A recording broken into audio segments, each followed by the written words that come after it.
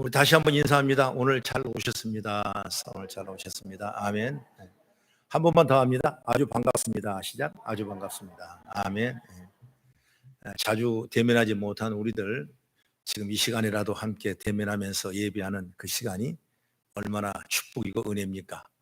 우리에게 더 좋은 일이 일어날 줄로 저는 믿습니다. 오늘 설교 제목이 바로 자족의 은혜인데, 자족의 은혜, 말씀의 은혜 받으시고 또 새로운 도전과 믿음으로 거듭나는 우리 성도가 다 되어주기를 저는 진심으로 축복합니다. 현대인들에게 있어서 일반화되어 있고 잠재되어 있는 사상 중에 가장 치명적이고 고질적이고 위험한 세 가지 사상이 있다, 이렇게 정의를 합니다. 첫 번째 뭐냐면 편리주의라는 거예요. 편하게 살자. 18세기 영국의 산업혁명 이후로 급속도로 성장한 물질 문명은 이 세상을 살아가는 사람들에게 다양한 문화를 제공해 주기도 했지만은 제일 큰 영향은 뭐냐? 사람들을 편리하게 살 수 있도록 해줬던 것입니다. 모든 것이 편리한 거예요. 그 점점 편리하게 문화가 바꿔지는 거예요. 과학, 산업, 문화뿐만 아니라 종교적인 행사까지도 다 편리하게 바꿔지는 것이 이 시대를 살아가고 있다. 그 다음에 둘째 치명적인 게 뭐냐면 상대주의라는 거예요. 상대주의. 요즘 사회학자나 교육학자나 역사학자나 문학가들이 자주 사용하는 말 중에 하나가 바로 절대란 절대로 없다, 이런 얘기입니다. 물론 말 자체에 모순이 있지만은 현대인들은 어떤 일에 임할 때 먼저 이것은 절대적인 것이 아니다라는 그 전제로 시작하는 것입니다. 모든 것은 변할 수가 있다, 변해야 살아남는다, 이것이 사고방식으로 가득 차 있어요. 그래서 정말 우리 상대가 절대가 뭔지를 구별하지 못한 일들이 많아진다는 것입니다. 그 다음에 세 번째는 뭐냐면 실리주의라고. 이 말은 바로 결과주의입니다. 결과주의. 과정이 중요한 것이 아니라 뭔가 열매가 좀 있어야 된다. 오직 결과만을 가지고 모든 걸 평가해요. 그래서 현대 사람들은 다른 사람이 부러워하고 눈에 보이고 인정하는 업적을 쌓지 못하면 바로 그 사람은 패배자처럼, 그렇게 해서 많은 사람이 생활하면서 바로 스트레스를 받고 어려워가 난감하는 그런 분위기로 돌아가는 것을 우리는 볼 수가 있는 것입니다. 그런데 정작 중요한 건 뭐냐면 사회에 만연된 이런 세 가지 사상이 교회에도 영향을 미치고 있다는 거죠. 이 교회에 대한 영향이 뭐냐? 우리 그리스도인들의 믿음에도 반영이 되고 있다는 겁니다. 코로나19라는 현실 앞에 우리는 심령이 이렇게 정착되고 있다는 겁니다. 이 편리주의, 이 영향을 받아서 그리스도인의 자신들의 믿음 생활을 어떻게 하면 좀 더 편리하게 할까 하는 쪽으로 자꾸 달려가고 있는 거예요. 편하게 할까? 신앙생활 꼭 그렇게 눈물을 흘려야 되는 건가? 말씀에 꼭 붙잡혀야 되는가? 내 안에 예수 있으면 되는 거지 라는 생각으로 자꾸 편한 대로만 찾아가는 거예요. 그 다음에 상대주의 뭐냐? 이 경우에 심각해서 구원이 꼭 기독교만 있는 것이냐? 예수 잘 믿는 사람이 내가 선하게 살고 바르게 살고 정말 믿음으로 살면 되는 거지, 꼭 기독교만 꼭 구원이 있는 것이냐? 그래서 다원화 종교가 점점 이 세상에 흩어져 가는 것이 삶의 모습이라는 걸 볼 수가 있는 것이죠. 그래서 사람들은 자신의 기호에 맞는 종교를 선택해요. 이런 종교인들 점점 늘어나고 있다. 뿐만 아니라 실리주의, 이것도 영향을 받아 좀처럼 희생하려지 않고 손해보려 하지 않는다. 그래서 기독교인들이 지탄을 많이 받고 있는 현실이라고 우리는 분명히 말씀을 하고 있습니다. 한마디로 성도들도 값싼 얄팍한 신앙을 갖게 되어 있는 것입니다. 그러다 보니 삶의 모습도 얼마나 얄팍한지 성도다운 모습으로 살아가는 사람이 많이 없다는 거죠. 이것이 바로 우리 기독교에도 많은 영향을 지금 끼치고 있는 겁니다. 교육학자들이 이걸 많이 얘기를 해요. 저는 그러나 오늘 이 본문의 말씀에 보면 바울 사도가 나오는데, 바울 사도는 어떤 믿음을 가졌기 때문에 주님께 충성된 고귀한 살았던가?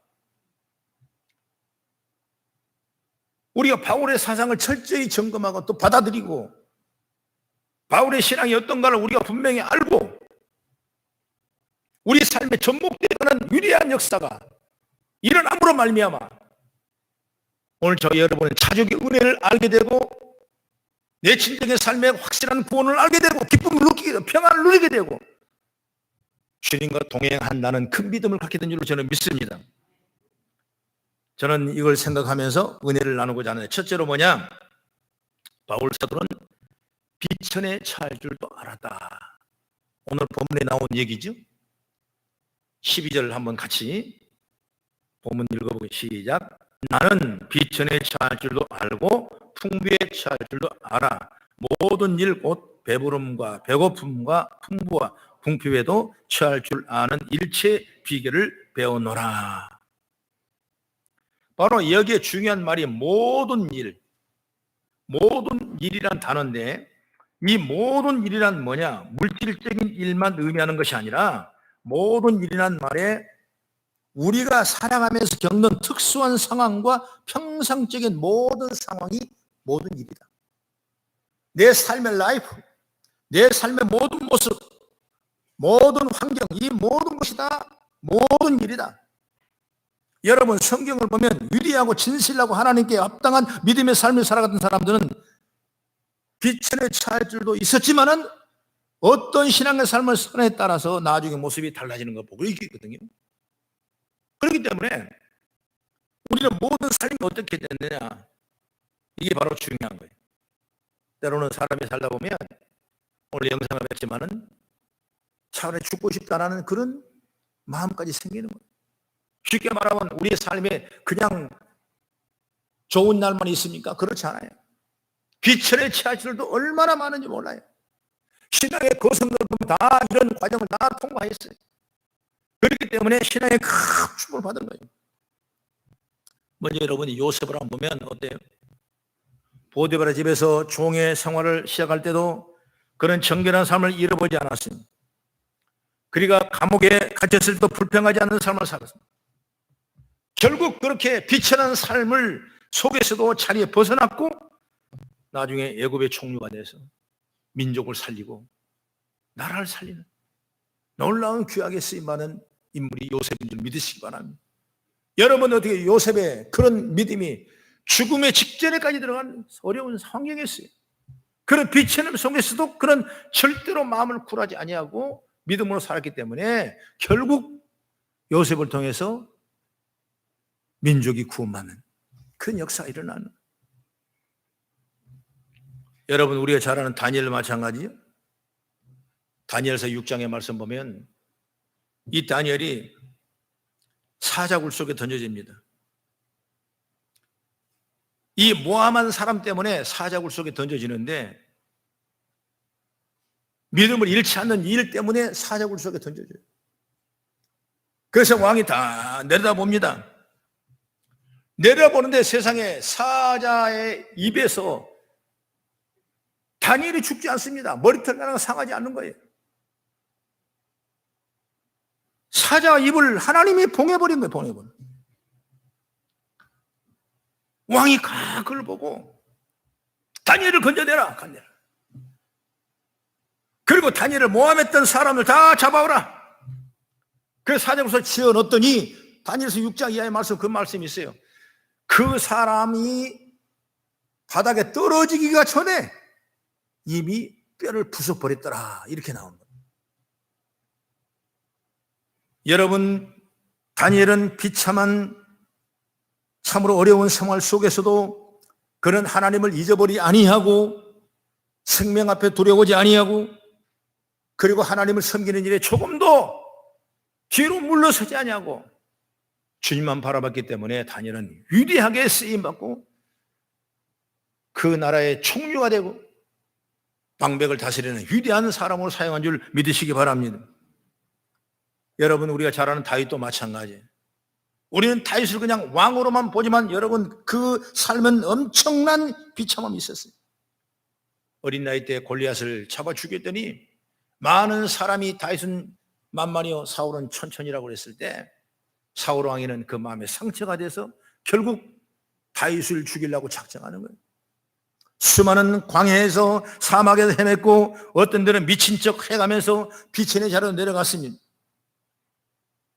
그러나 그는 하나님의 기름 부으신 그 왕을 내가 죽일 수가 있었겠지만은 어떻게 내가 죽일 수 있겠느냐, 하나님이 함께 하실 것이다 라는 생각을 품었던 것입니다. 다시 말하면 믿음과 악을 악으로 갚지 아니했다고 말이에요. 다윗은 하나님의 높임을 받아서 이스라엘 두 번째 왕이 되는 영광을 누리게 됐던 것입니다. 여기까지 여러분, 다윗은 얼마나 많은 어려움을 겪었는지 몰라요. 그래서 다윗은 시편 136편 23절에 그렇게 말합니다. 우리를 비천하는 가운데서도 기억해 주신 이에게 감사라. 그 인자심이 영원함이로다. 아멘. 할렐루야. 우리 인생길로 걸어다 보면 비천에 처하게 될 때가 있습니다. 사망의 음침한 골짜기로 내려갈 때가 있습니다. 사랑하는 사람이 나보다 먼저 세상을 떠날 때도 있습니다. 사업에 실패한 사람도 있습니다. 인간관계 안에서 배신을 당할 때도 있습니다. 질병으로 고통을 당할 때도 있습니다. 쓰러지는 사고로 인해 어렵고 충격 인생을 경험하는 사람도 있는 거예요. 왜 내게 그런 일이 있어야 되는 건가? 절대 내가 의식하지만 깨닫지 못하는 그런 비참한 생활 속에 할 수 있는 거예요. 여러분, 눈 보니까 나는 없는 것처럼 생각하는데 여러분 다 있어요. 다 있어요. 자기하고 싸움에 치고, 환경에서 치고, 집을 떠나고 싶은 그런 갈등과 그런 모멸감이 여러분 우리 삶에 얼마든지 나타나는 것을 믿으시기 바랍니다. 그러면 그걸로 끝나는 거예요. 우리는 그러면 어떻게 해야 될까? 이게 가장 중요한 얘기거든요. 어떻게 하겠습니까? 다시 말하면 비천한 형편에 처했을 때는 비천에 처할 줄도 알아라고 말이에요. 비천한 형편과 비천에 처할 줄 아는 것, 이거 다른 겁니다. 다시 말하면 비천한 형편에 감내하고 그 속에서도 하나님께 감사하며 하나님을 의지하여 이기는 것이 바로 비천에 처할 줄 아는 지혜가 열리는 거예요. 이게 없으면 안 되는 거예요. 왜 나만 그런가 억울하다는 생각 버려야 돼요. 지금은 나에게 가장 비천한 시간이구나. 이것이 나에게 가장 꿀 엎드린 시간이구나. 내 얼굴이 흙하고 가장 가까울 때가 이 시간이구나 라는 것을 깨닫면서 믿음으로 나간다면 다시 하나님이 올리시는 역사가 일어나는 거예요. 그래서 여러분, 그럴 때마다 믿음을 잘 가져야 돼요. 믿음 가지십시오. 믿음이 있는 옷은 입고 있는데 옷이 포장이에요, 포장. 속에는 믿음이 없는 거예요. 옷만 포장되어 있어, 옷만 포장되는 거예요. 그러면 안 되지 않습니까? 그건 하나님의 열매를 줄 수 없지 않습니까? 하나님이 세울 수가 없는 거예요. 믿음을 가지십시오. 조영규 목사님이 평생을 울고 본 말씀이 마가복음 9장 23절에 할 수 있거니 무슨 말이냐, 민의적인 능치 못한 일 없느니라. 할 수 있거니 무슨 말이냐. 그것이 바로 믿음이에요. 믿음으로 하나님을 의지해서 비천을 이기지 못하면 낙심하고 절망하고 포기하고 때로는 악의 길로 달려가기가 쉽습니다. 그리고 그런 사람은 인생을 불행하게 살 수밖에 없게 되는 것입니다. 다시 말하면 인생의 낙오자가 되는 거예요. 인생의 낙오자가 됐다도 믿음으로 살면 다시 올리는 역사가 일어나는 줄 믿으시기 바랍니다. 어떠한 비천한 상황 속에서도 믿음으로 하나님을 바라보고 이겨내면 그 사람은 그만큼 더 강하게 될 수가 있고 하나님이 그 사람의 미래를 확실히 보장해 주신 줄 믿으시기 바랍니다. 어려울 때 믿음으로 사십시오. 어려울 때 기도로 사십시오. 여러분, 어려움에서 왜 기도 안 하십니까? 왜 주님 가까이 오지 않습니까? 왜 예배 가까이 오지 않습니까? 왜 교회 가까우지 않습니까? 어려운데도 불구하고 어디 가서 하소연하겠습니까? 내 어려움을 어디 가서 풀겠습니까? 내 이 비천한 환경을 어디 가서 맞추겠습니까? 친구 따라가고 세상 따라가고 물질 따라가고 여러 환경 따라가면 절대로 이 비천의 이 엄청난 역사가 이루어지지 않는 거예요. 왜 기도 안 하세요? 새벽에 문이 열립니다. 왜 기도 안 하세요? 밤에 철야문이 열린데 왜 기도 안 하세요? 어려움이 없으면 할 수 없는 거죠. 어려움이 있다면, 비천에 있다면, 힘들어 있다면 여러분 기도했잖아요. 여러분 다 문을 열어놓고 있는 거예요. 주님은 지금도 우리의 마음의 문을 열고 내게 가까이 오기를 기다리고 은혜의 비를 기다리고 주님의 무엇을 주기를 원하냐, 복 주기를 원하는 줄 믿으시기 바랍니다. 가장 어려울 때 저는 야고보서를 많이 읽었어요. 야고보서. 신학교 다닐 때도 야고보서를 읽었어요. 혹시 힘든 일이 있다면 야고보서 1장부터 5장까지를 쫙 한번 정독을 해보십시오. 마지막 부분 5장의 말씀 보면 13절에 이렇게 말합니다. 너희가 고난당하는 자가 있느냐? 기도하라. 믿으시면 아멘. 그 다음에 14절 말씀 보면 너희가 병든 자가 있느냐? 너희는 기도할 것이고. 그리고 15절의 말씀 보면 믿음의 기도는 병든 자를 일으키시리라. 16절에 보면 서로 기도하라. 의인의 간구는 역사하는 힘이 있다 그랬습니다. 17절에 가면 엘리야는 우리와 같은 성경을 가진 사람이로되 그가 비 오지 않게 기도한 적 3년 반 동안 비가 오지 아니하고 그가 비 오기를 기도한 적 3년 반 동안 비가 내렸다고 역사가 하는 거예요. 여러분 위대한 종들은 다 기도하는 거예요. 여러분 어려울 때 기도하십시오. 힘들 때 기도하십시오. 안 될 때 기도하십시오. 말로만 어렵다고 그러는 거예요. 말로만 어렵다고. 사업이 안 돼요. 자식이 안 돼요. 물질이 없어요. 몸이 아파요. 별의별 핑계는 다 되지만은 여러분 기도를 놓치고 있는 거예요. 믿음을 놓치고 있는 거예요. 하나님은 능치 못함이 없다고 그랬어요. 오늘 전능하신 하나님 앞에 기도할 때, 오늘 예수님을 우리가 모셔드릴 때 예수님 앞에 왔던 나사로는 나사로에 나오라고 했을 때 예수님이 나사로를 일으키고 세우신 모습을 볼 수 있는 것입니다. 오늘 저 여러분이 이런 안고 안전병의 신앙에서 일어나서 정말 하나님을 찬양하고 기뻐 뛰며 기도하고 믿음으로 사는 은혜가 있기를 저는 주의 이름으로 축원합니다. 사랑하는 우리 성도 여러분, 우리가 아무리 비천한 자리에 있다 할지라도 그 안에 하나님의 계획이 있고 하나님이 새롭게 주시는 은혜가 있습니다. 그래서 우리가 처하는 비천한 자리는 우리가 하나님을 만나서 위대한 믿음의 삶을 살 수 있는 하나의 계기가 된다는 사실을 여러분 꼭 기억하시길 바랍니다. 이걸 기억하고 아무리 비천한 처지에 놓인 할지라도 비천에 처할 줄 아는 믿음의 지혜가 저는 저와 여러분이 함께 있기를 간절히 바랍니다. 그 다음에 두 번째 바울의 자족의 은혜는 뭐냐면 풍부에 처할 줄도 알았다. 비천한 사람에 처했을 때 바른 믿음의 삶을 살아가기는 어렵지만은 풍부에 처했을 때도 역시 바른 모습으로 살아가기가 쉬운 일이 아니에요. 아니야, 나는 풍부하면 더 잘할 거야. 비천했을 때 어려운 만큼 풍부해도 어려워지는 건 믿음이에요. 사람들이 비천에 처하게 될 때 부정적인 모습으로 비굴해지고 불평하고 나약해지듯이 사람의 풍족에 처했을 때도 부정적으로 나타나는 여러 가지 현상이 있다는 사실 여러분 아십시오.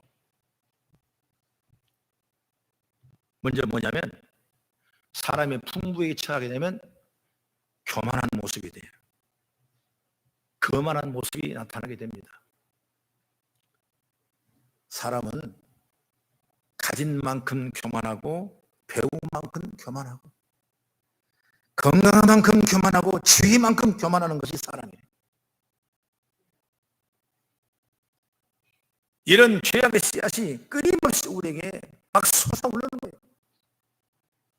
이걸 어떻게 말씀으로 죽이고 기도로 죽이고 성령으로 죽이냐에 따라 달려있는 것이지, 그렇지 않으면 끊임없는 교만의 씨앗은 불듯 일어나서 한여름날에 불 끄듯이 막 그냥 차풀이 쏟아오르는 거예요. 심리학에서는 자신을 귀히 여기고 자신의 가치를 인정할 줄 아는 소위 자존감을 인간의 정신 건강의 필수적인 요소라고 이야기합니다. 이건 바로 건강한 자존심을 얘기하는 거예요. 그렇기 때문에 병적인 자만과 구별될 필요가 있는 것입니다. 자신을 존중히 여기고 자신을 사랑하는 건 결코 죄가 아니에요. 그러나 자신만 사랑하고 자신만 귀하고 생각하는 것은 분명히 병이 되고 죄가 된다는 거예요. 그런 생각이 뭘로 나타나냐? 내게 교만이라는 것으로 은근히 싹이 올라와요. 이런 교만하고 거만한 사람은 교만한 것 자체가 문제지만 안다는 것 때문에, 있다는 것 때문에, 우월감 때문에 도취돼서 다른 사람의 충고나 책망을 받아들이지 않는 것이 더 큰 문제라는 거예요. 내가 다 알고 있는데. 그럼 성경 한번 찾아봅니다. 여러분, 잠언서 9장 8절의 말씀을 우리 같이 읽기 시작. 거만한 자를 책망하지 말라. 그가 너를 미워할까 두려우니라. 지혜 있는 자를 책망하라. 그가 너를 사랑하리라. 거만한 자는 책망하게 되면 오히려 나를 미워하는 거예요. 그러나 지혜로운 사람은 책망하게 되면 오히려 나를 사랑하는 거예요. 이게 달라요. 여러분, 이 교만과 거만이 얼마나 우리 가운데 무서운지 몰라요. 여러분, 예수 이름으로, 성령 이름으로 다 쫓아내기를 주의 이름으로 축원합니다. 그 다음에 여러분, 탐심이라는 것도 있는데, 탐심은 기본적으로 지나친 욕심인데 자신의 것에 만족하지 못하고 어떤 걸 과도하게 바라거나 다른 사람의 걸 탐내는 걸 탐심이라고 이렇게 말합니다. 사람이 살다 보면 먹어본 사람이 잘 먹어요. 또 돈도 벌어본 사람이 잘 써요. 똑같은 얘기죠. 사람이 이만하면 되지, 이 정도면 되지 했던 것이 얼마나 우리에게 좋은 것인지 몰라요. 그런데 아니야, 돈은 있어보니까 더 있어야 돼. 아니야, 먹어보니까 더 좋아. 그렇게 해서 여러분, 우리 마음을 탐심으로 만들 때가 너무나 많은 거예요. 한 몇십 년 전에 됐는데, 제가 전사 때인데 구역장들 열심히 잘했다고 칭찬하는 이런 잔치가 벼슬됐어요. 그래서 제일 좋은 호텔에서 뷔페란 건 사실 별로 없는 거거든요. 당신은 호텔 뷔페를 맞춰가지고 큰 걸 들여가지고 모여서 구역장들 다 불러가지고 이제 호텔에서 이렇게 잔치를 했는데, 그냥 먹고 싶은 데는 먹으니까 한 바퀴 도니까 전부 다 한라산 백두산을 만들어가지고 그냥 반도 몸에 다 떨어져 본 거예요. 그래서 그냥 잔치를 은혜까지 마쳤어요. 그 다음에 이제 안 되겠다. 그 다음에 잔치 이렇게 하면 안 되겠다. 이제 갖다 먹으니까 다 갖다 먹어보니까 이제 딱 이제 호텔 서비스가 이제 주는 대로 하나 주면 하나 먹고 두 개 주면 두 개 먹고 딱 나 일일이 딱 개인 서비스 해가지고 뭘 시켰냐면 제일 좋은 비프 스테이크, 그때 당시 5만 원짜리를 다 해가지고 다 그 전부 다 깔아줬어요. 5만 원짜리. 그러니까 사람들이 반도 안 먹어. 왜 안 먹냐니까 아유 못 먹었다는 거예요. 썰어놓으니까 피가 나온 것 같고 도저히 못 먹겠어요. 거의 안 먹었어요. 그러고 나서 집에 갔더니 라면 한 그릇 끓여 먹더니 세상에 이보다 맛있는 것 없다는 거예요. 그런 간증을 하더라고. 안 먹으면 못 먹는 거예요. 안 먹어. 먹어본 사람이 잘 먹는 거예요. 먹어본 사람. 여러분, 우리는 탐심 때문에 사람들이 많이 넘어질 때가 있어요.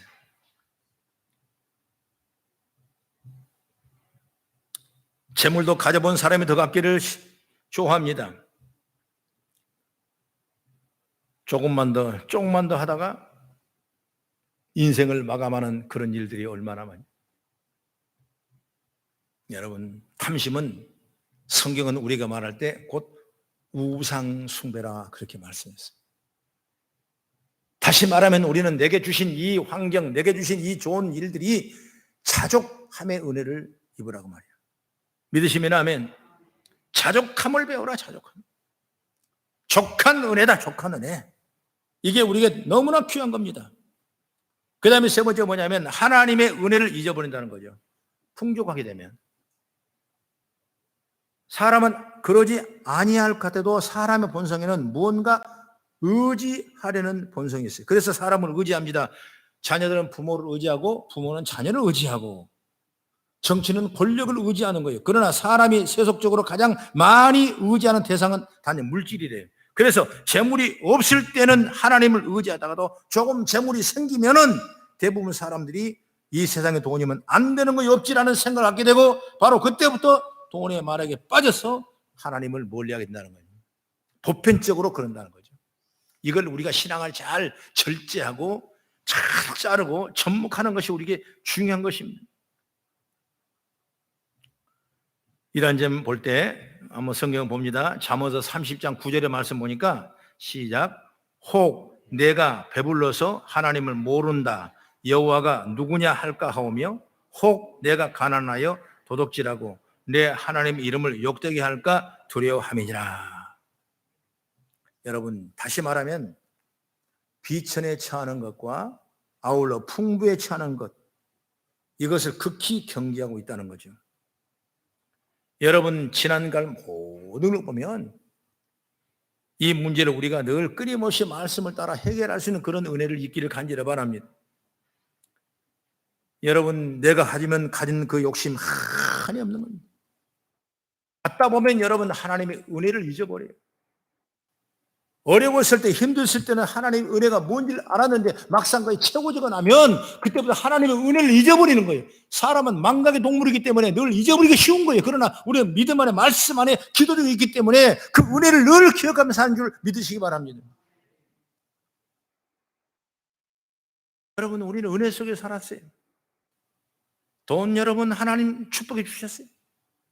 제가 어렸을 때 신학교 다닐 때 그런 일이 있었습니다. 우리 교회 한번 오시던 강다리 목사님이라고 했는데 욕도 얼마나 많이 하고, 아니 그런 목사님이 계셨어요. 그 목사님 신학생을 상대로 해서 집회를 하고 나중에 헌금을 하는데, 신학생이 뭐가 돈이 있겠어요? 1,000원짜리 하나 넣어놓고 이거밖에 없는데 이걸 드려야 되나 말아야 되나, 그리고 손에서 왔다 갔다 하고 있는데 그 목사님이 기도를 합니다. 1,000원짜리 드리는 사람은 1,000원짜리 축복을 받을 것이고, 10,000원짜리 드리는 사람은 10,000원짜리 축복을 받을 것이고, 100만 원 드리는 사람은 100만 원 축복을 받을 것이고, 이렇게 기도를 하시는 거예요. 그래서 1,000원이 쏙 들어가갖고 다 빼봐서 빼보니까 6,500원 나오더라고. 6,500원 다 드렸지. 얼마나 하나님한테 은혜를 받은지 몰라요. 여러분, 별것 아닌 것 같지만은 이것이 바로 우리가 믿음이에요. 하나님이 내게 주신 은혜가 얼만데, 내가 주신 은혜가 얼만데 주님 앞에 내가 드릴 수 있다는 거 얼마나 감사한 건데. 우리 7월 초쯤에는 맥주 감사 주일 예배입니다. 여러분, 6개월 동안 하나님이 우리를 지켜주시고 인도하시고 살게 하시고 숨쉬게 하시고 걸어가게 하신 그 하나님 얼마나 감사합니까? 드릴 수 있으면 맥주 감사 예배 많이 드리십시오. 1,000원짜리 인생이 되지 말고 10,000원짜리 인생이 되지 말고 정말 주님이 싹 부어줄 수 있도록 여러분이 기도하고 감사할 수 있는 그런 믿음이 되기를 주의 이름으로 축원합니다. 이 말은 하나님의 은혜를 잊어버리지 말자. 많은 사람이 잊어버려요. 화장실 갈 때는 얼마나 급합니까? 볼일 보고 나면 얼마나 좋습니까? 그 급한 마음을 잊어버리는 거예요.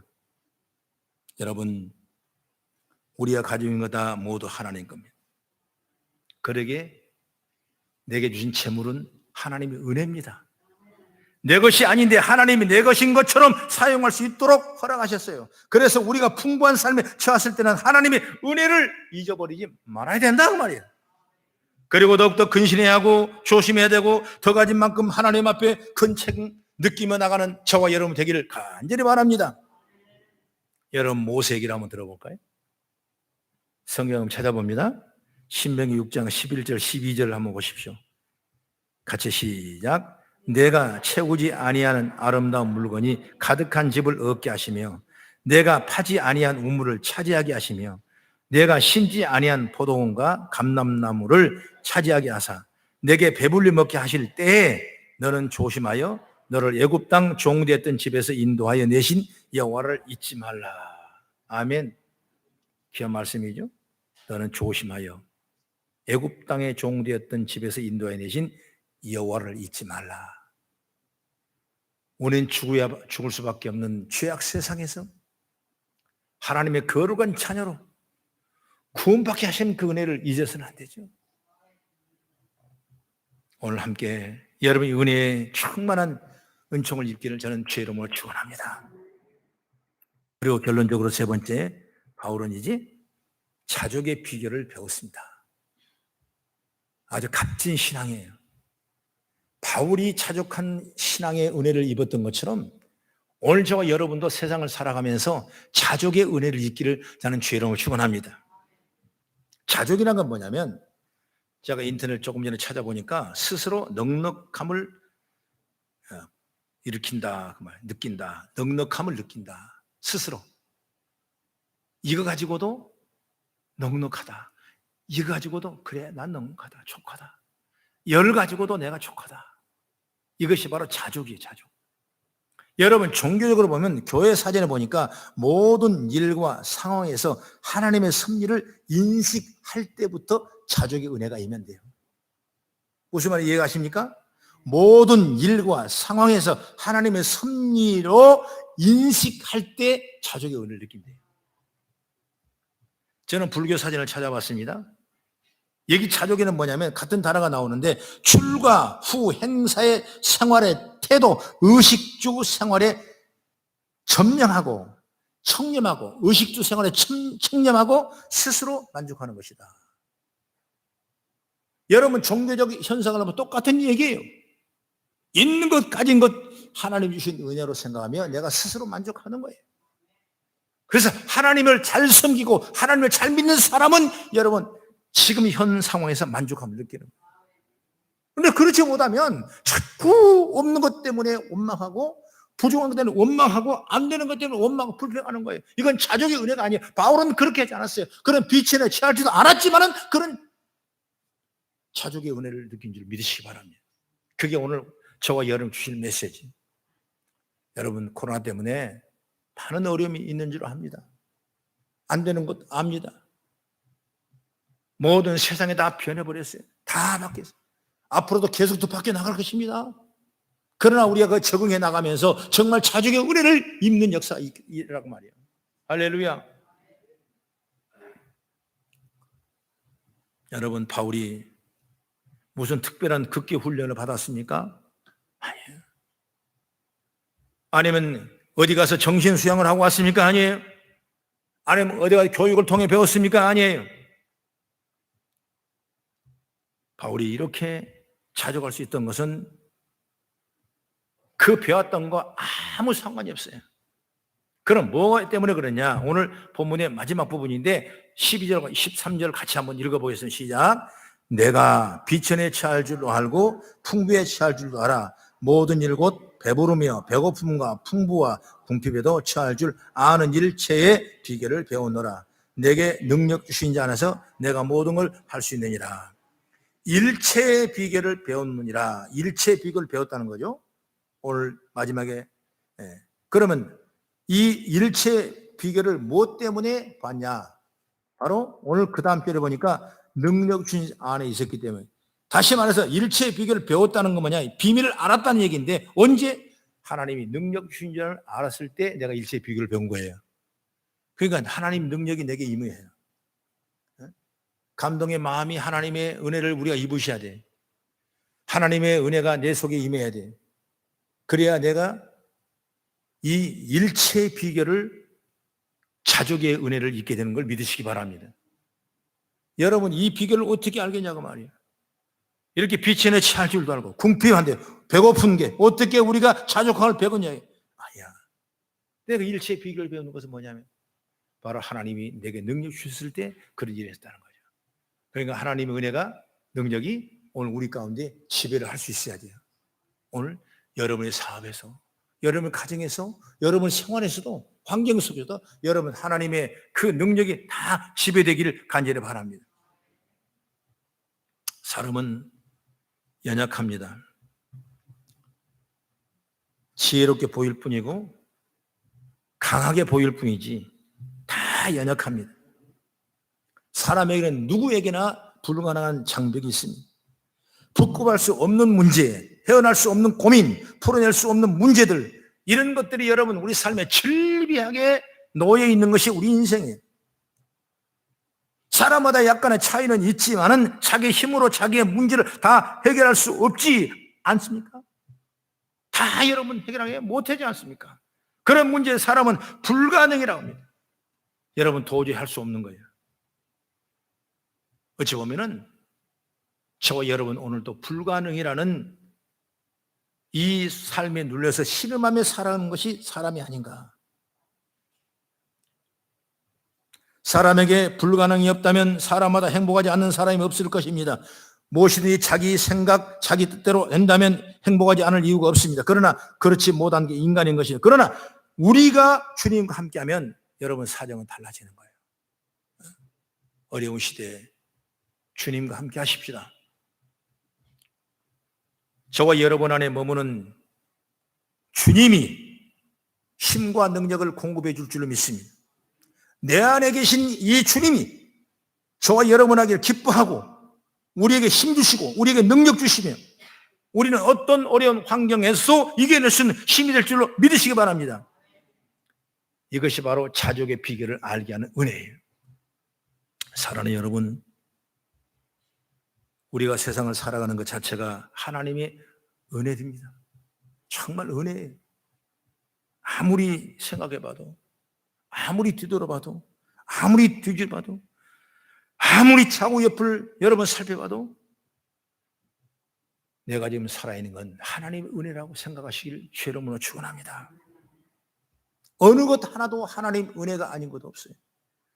우리가 이것을 알고 자족의 은혜를 사모하고 기도하는 성도들이 다 되어서 주의 능력 가운데 붙잡혀진 저 성도로 되었기를 주의 이름으로 축원합니다. 기도하겠습니다.